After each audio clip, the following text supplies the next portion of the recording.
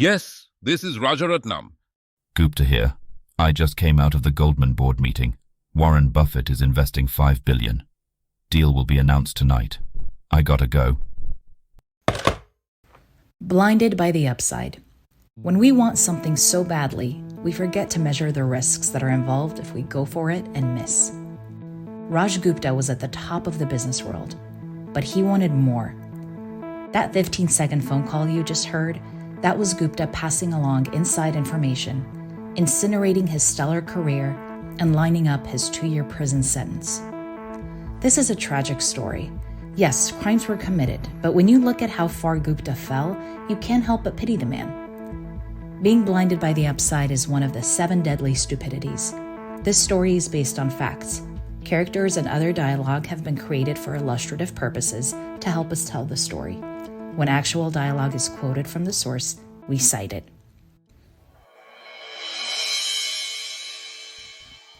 Gupta's story is an incredible one.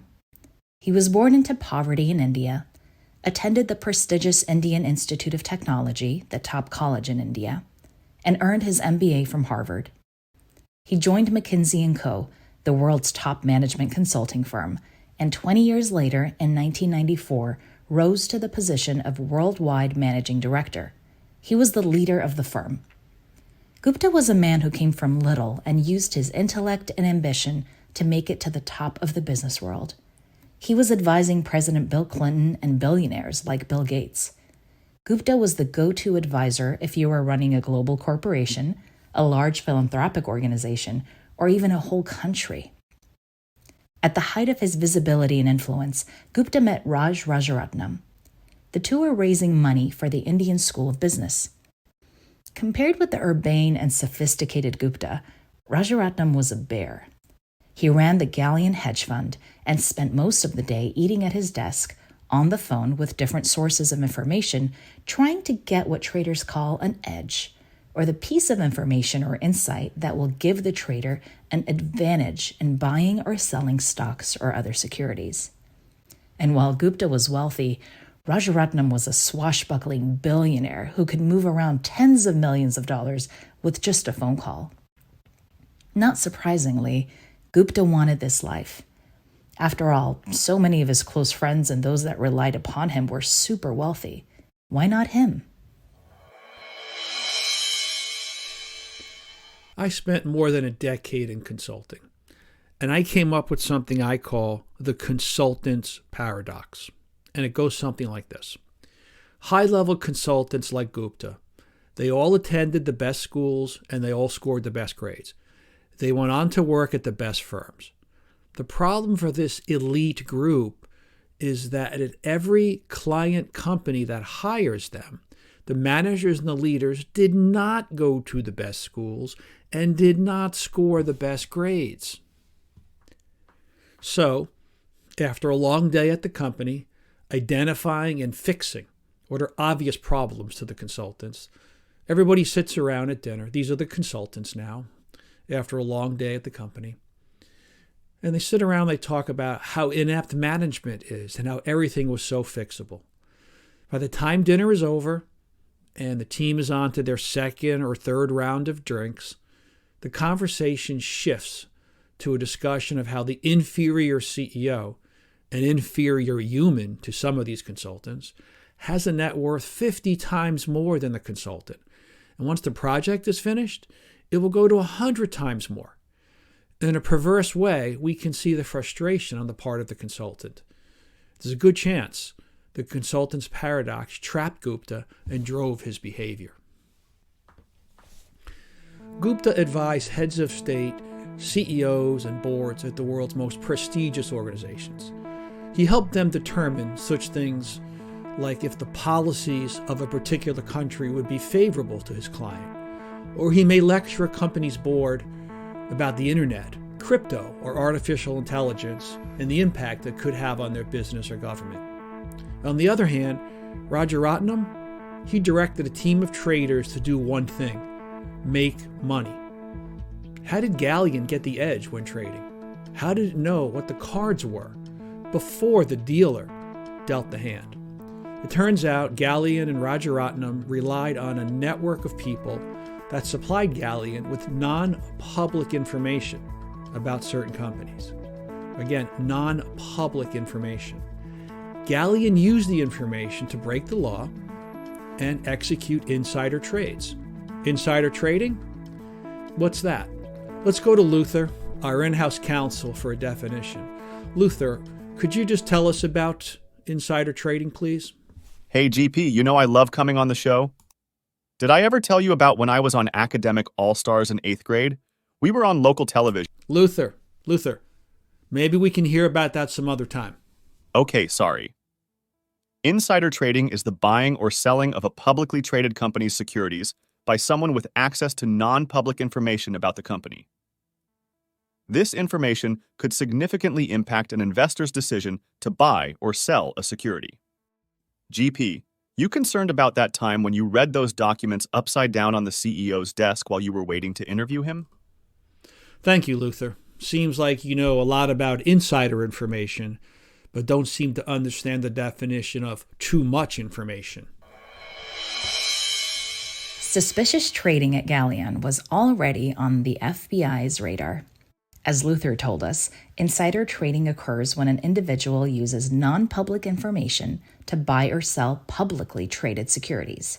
For example, your golfing buddy is the CFO of a public company and tells you her company will announce a large, significant new sale. You think the company's stock will go up once the announcement of that order is made. So after the break at 9 holes, you hide in the ladies' room, pull up your E-Trade account, and buy the stock in advance of the announcement. The stock goes up after the announcement, of course. You sell and collect what is known as ill-gotten gain. So you broke the law and can be prosecuted and go to jail. This is not an obscure corner of the finance world. Actually, there are plenty of examples out there. Just go to Google and enter insider trading scandals, and you'll see what I mean. So you look and feel smart after making that trade and banking the profit. You may even get away with it. However, do it 5 or 6 times in a year and always nail it? Oh, then you will get a call from the SEC or FBI. This was Galleon's problem, and it was picked up by the sophisticated computer algorithms run by the staff of the SEC. Once the authorities had enough evidence of the crime, they could get wiretaps and listen to all of Rajaratnam's phone calls. What a goldmine of evidence of wrongdoing. This is the beauty of the FBI versus local police. While the local police want to stop a crime from happening, they respond to your 911 call and come with guns blazing. The FBI usually allows the crime to continue as long as lives are not at risk. Why do they do this? Simple. When you widen the net, you catch more fish. Let's go through the anatomy of an insider trade. The trade we're going to talk about involved Rajaratnam and Galleon, but did not involve Gupta. We're using this trade because it's a really good example of insider trading, and the information is pulled directly from a transcript of phone calls recorded by the FBI. Hilton Hotels, global empire of hotels and properties. It was also a company whose stock was traded publicly until it was acquired by Blackstone Group, a large private equity firm. In this type of transaction, what happens is Blackstone pays cash to all of the public shareholders who own Hilton stock. One day, you own Hilton stock. The next day, you have cash in your brokerage account from Blackstone. Once Blackstone owned the company, it was a private company with no publicly traded shares. Blackstone owns all the shares and keeps all the profits and losses. There are 2 steps to the acquisition. First, the deal is signed up and announced by Blackstone and Hilton. Second, a shareholder approval period requires several months before the deal is final and the money changes hands. In those several months between the announcement and the actual closing of the deal, the stock still trades, but it usually hovers near the announced deal price. Not much goes on, right? Unless it's a shaky deal and people think it might fall apart. So what happened in this case was, a day or 2 before the deal was announced, Hilton had a legal duty to notify certain regulators. A junior analyst at one of those agencies was feeding information to Rajaratnam's network of informants. The FBI had the phone records of one of the calls, and it went something like this.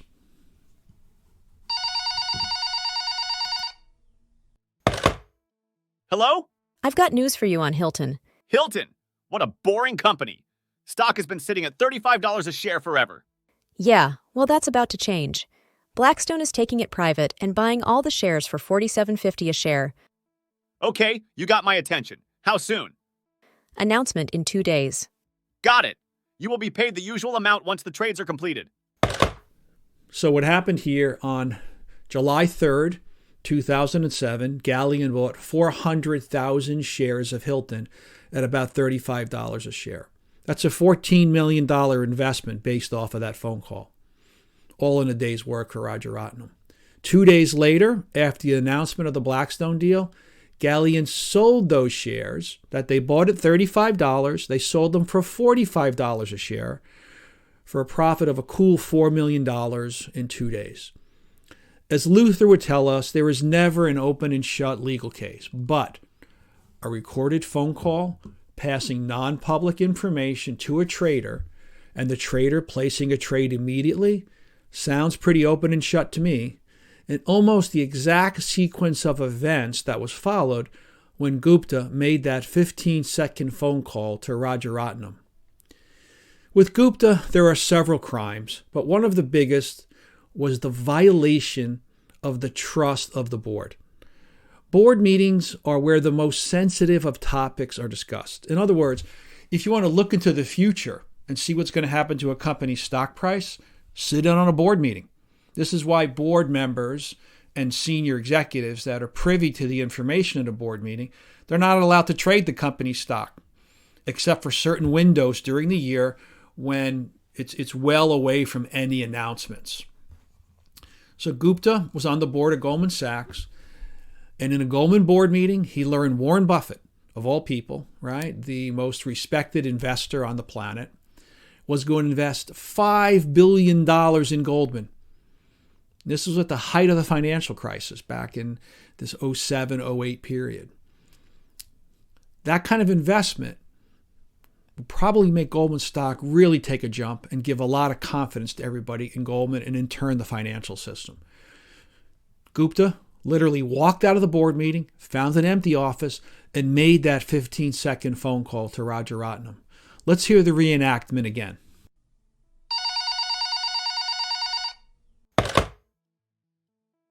Yes, this is Rajaratnam. Gupta here. I just came out of the Goldman board meeting.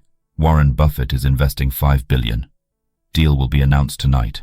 I gotta go. How could somebody so smart do something so dumb? Hasn't Gupta ever seen a TV show or a movie where law enforcement can trace or record a call? The timing of it all makes it even more outrageous. Board meeting ended at 3:55. Call to Rajaratnam at 3:56. Rajaratnam buys Goldman stock at 3:58. And here is Rajaratnam talking with his head trader the day after he had that 15-second phone call with Gupta. This is the actual dialogue as recorded by law enforcement. Wow, Mr. Rajaratnam, that was a heck of a trade on Goldman you placed last night. We made more than $800,000. I got a call, right? Saying something good was going to happen. Meanwhile, the FBI, teaming up with the SEC, was wrapping up its investigation of Rajaratnam. But something else came up. Here's a conversation, a dramatization of how we think it went down at the SEC. Mr. Briggs. O'Connor here. I have some new information that you need to see. Okay, come on up. All right, O'Connor, what have you got? Well, sir, you know the galleon wiretaps we've been running for the last few months? Of course.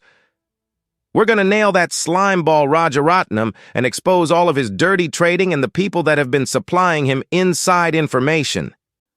Sir, that's where the problem is. Spit it out already, son. It seems that in addition to the usual informants that supply Galleon with illegal information, there is a new and prominent name that popped up on the recordings. It seems that Raj Gupta is a conspirator and has been sending inside information to Galleon. What in the Sam Hill are you talking about? I've known Raj Gupta for 20 years. There is not a person on this here earth who is smarter or has more integrity than him. I'm sorry, sir, but I think you should listen to the recordings. In a strange twist of fate, Rajaratnam and Gupta wound up serving time in the same federal prison in Massachusetts. Gupta says they occasionally spoke, but not about anything substantive. Gupta has actually refrained from pointing to Rajaratnam as the cause of his demise. Instead, after serving 2 years and being released from prison, Gupta maintains that he is innocent and continues to show a level of respect for Rajaratnam. In an interview with Andrew Ross Sorkin of CNBC, Gupta has publicly stated, "Rajaratnam could have taken the stand and lied about me, but he did not."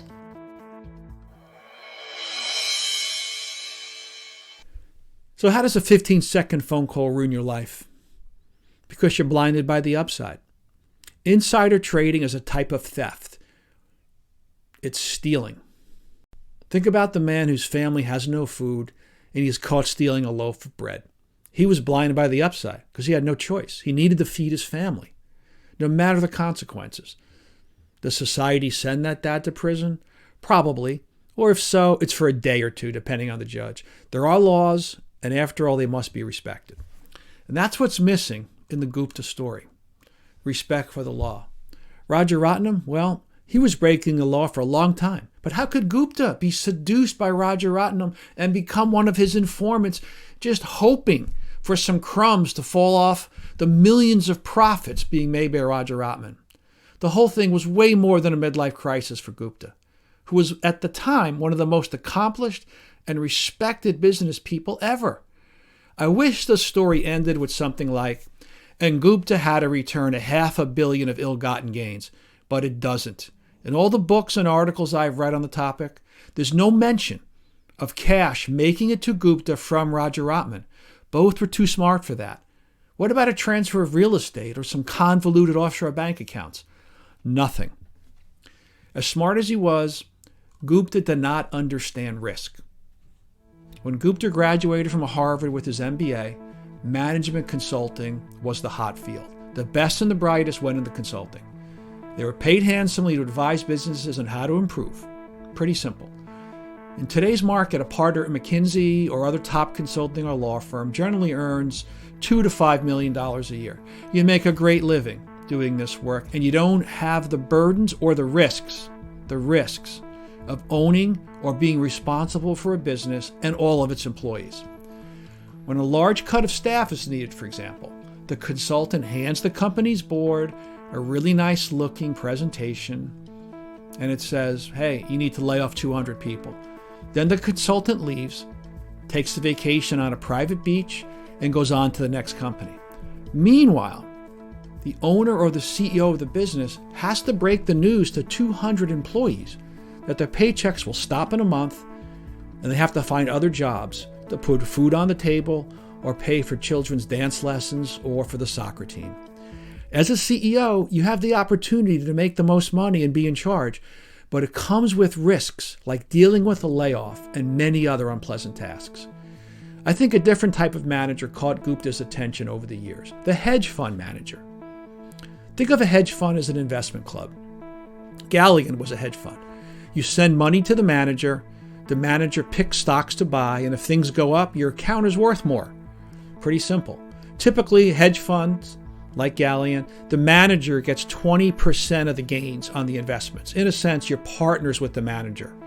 So if you put $100 in and it goes up to $200, that's $100 of gains. You keep 80 of that 100 and the manager gets the other 20. But what happens when things don't go up?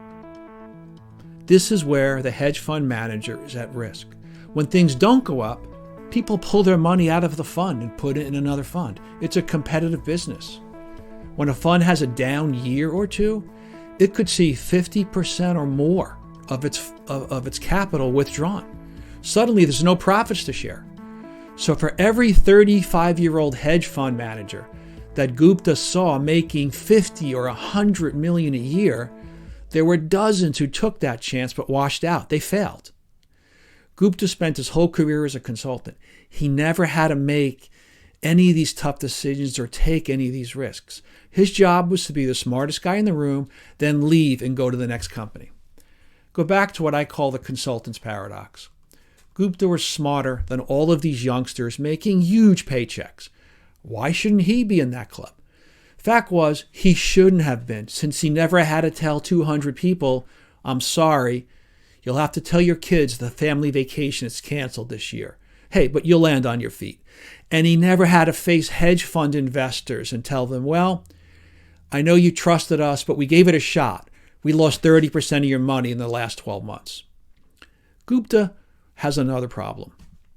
Unlike many other celebrities or prominent people that have been convicted of crimes and served time in prison, I don't think Gupta will be welcomed with open arms back into the club. The transgressions of other famous people are in some ways forgivable by their old friends and professional colleagues. Think about it. Think about the celebrities involved in the Varsity Blues scandal. If you're not familiar with it, this is a bunch of celebrities effectively bribing college admissions officers to get their kids into college. They went a little too far.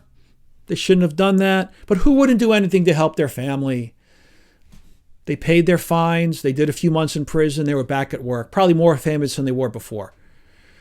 People still loved them. People still trusted them. Hey, you screwed up. You had a mess up. But Gupta committed what even hardened criminals consider to be the worst of crimes. He was a leaker of information, not unlike a prison snitch. Not a snitch in the conventional sense of participating in a crime and then ratting out your colleagues to the police, but the same dynamic exists here. Gupta cannot be trusted with information. Think about a few of Gupta's high-profile clients. Former President Bill Clinton. Let's take that as an example. After being convicted and serving his prison sentence, what kind of reaction do you think Gupta would get when he called on Clinton? Let's go to a dramatization. Hello, Office of President Clinton. How can I help you? This is Raj Gupta, former chairman of McKinsey Co, calling to speak with President Clinton. Please hold. Hello, this is Jonathan McAfee, senior lawyer to the president. Can I ask the nature of your inquiry, Mr. Gupta? Oh, nothing special. I just wanted to catch up with the president and share some ideas about a global warming initiative I am starting. I'm sorry, Mr. Gupta, but the president is quite busy lately and is not available for a meeting. I was hoping for a short phone conversation. Mr. Gupta, I'm sure you can understand that given your personal circumstances, it is not a good time for the president to be involved with you. Oh, I see. Well, thank you. I think Gupta would get some version of this conversation with every call he makes to previous contacts. Nobody wants to be involved with a leaker, especially if he's using the information for personal benefit. If I were President Clinton and Gupta made a visit to my home, I'd be paranoid that Gupta would be scanning the surroundings, trying to get a look in the visitor's log, checking out cars in the driveway, asking the staff questions, anything to gather information he could use for personal gain. No way I could ever trust the guy again. Remember the story of the scarlet letter? Hester Prynne was convicted of adultery. She had to wear the scarlet letter A on her blouse as punishment. In effect, Gupta is wearing an invisible I for informant for the rest of his life. There's one 18-minute phone call recorded between Gupta and Rajaratnam. When I listened to the recordings, I was just struck in a way never before by the dynamic between the two men. If I didn't know any better, I would have thought Rajaratnam was in a full-out mentoring session, dispensing advice to Gupta. It was sad to see how Gupta could go from advising presidents to trying to get Rajaratnam, a known criminal, to like him. While Gupta may have thought he was reaching for the upside, he was really just another horse in Rajaratnam's stable of informants.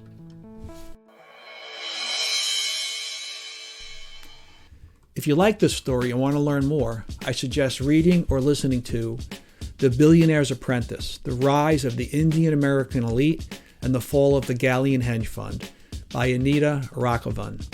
A great book. This episode was recorded at Summerfield Studios, produced by me, George Polari, and narrated by George Polari and Milen Hyrian. Milen is a multi-talented professional and voice actor based in Los Angeles. We're lucky to have her. Sound consulting by Chris Perazio and music consulting by Jimmy Lorius of Kalu Calais. Never forget, 80% of success is avoiding stupidity.